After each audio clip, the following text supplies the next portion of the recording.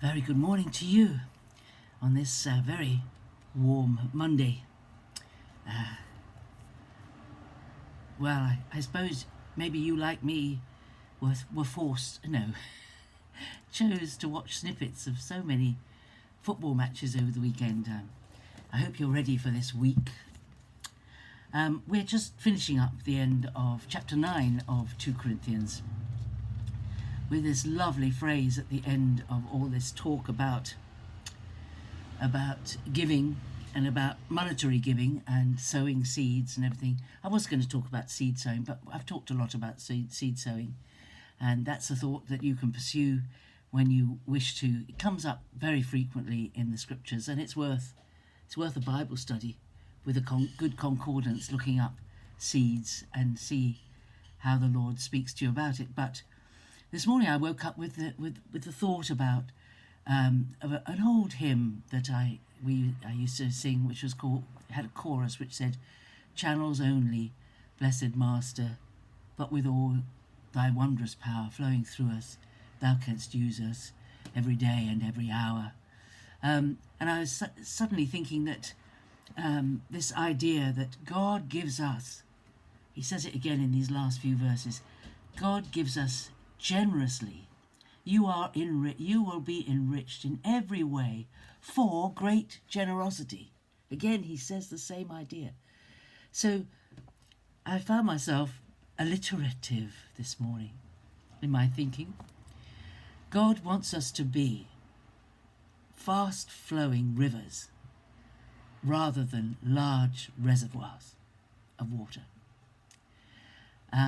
The blessing of God in every kind, in material and in spiritual kind, the blessing of God should flow through us as if we were the banks of a river or the sides of a channel or a pipe, large pipe, flowing through us, not being stored in a large place that gets fuller and fuller, and people just come and take a bit when they need it. No, we're meant to be like rivers of blessing.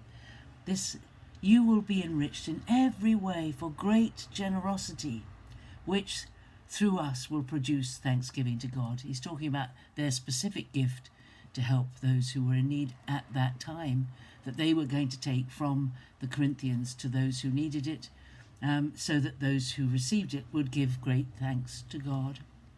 And that's what our giving should produce, thanksgiving to God, that those who are blessed through what God has given us, that we pass on, whatever that might be, whether it's wisdom, whether it's love, whether it's monetary, it returns a blessing and thanksgiving to God.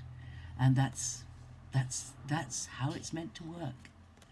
And when we're like that, just like a river is continually fed from a spring, so we will be continually resourced to do the things that God has called us to do. And he goes on in verse 14, while they long for you, that's those who'd receive the contributions, and pray for you because of the surpassing grace of God in you. Thanks be to God for his inexpressible gift. Now, when you take that last phrase, which is such a wonderful way of saying it, all thanks to God for his inexpressible gift, I think he's referring to grace here.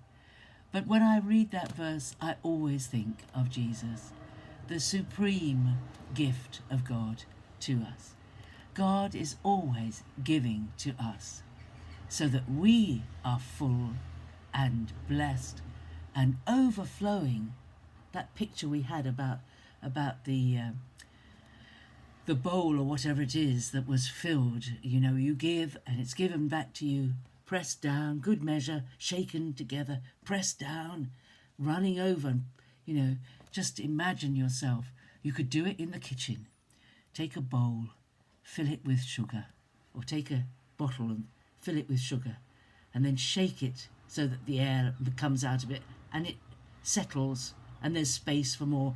Shake it again, press it down, put some more in, shake it again, press it down, and eventually you'll reach the point where you can't put any more in and it will flow over the top. That's what our lives are meant to be like in every aspect, but particularly in the monetary aspect.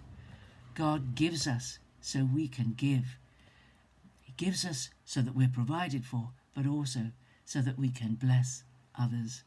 So we need to have a generous heart with the monetary resources that God has given to us. And the more generous we are, the more generous He is. The surpassing grace of God, the grace of God is past finding out, past understanding. It is wonderful.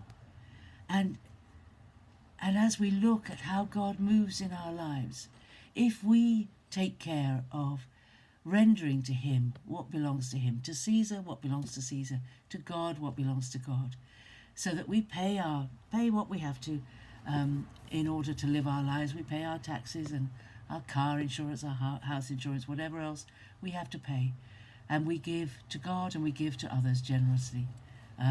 God will always supply everything that we need, and His grace on top of that will just manifest in our lives. Thanks be to God for His inexpressible gift. We can never put it into words how wonderful the gifts that God gives to us, morning, noon and night, day after day after day, He is giving to us. So, can I encourage you to have a read on for the next chapter, chapter 10, and we'll meet again tomorrow for another thought for the day. God bless you richly today, and I'll see you tomorrow. Bye-bye.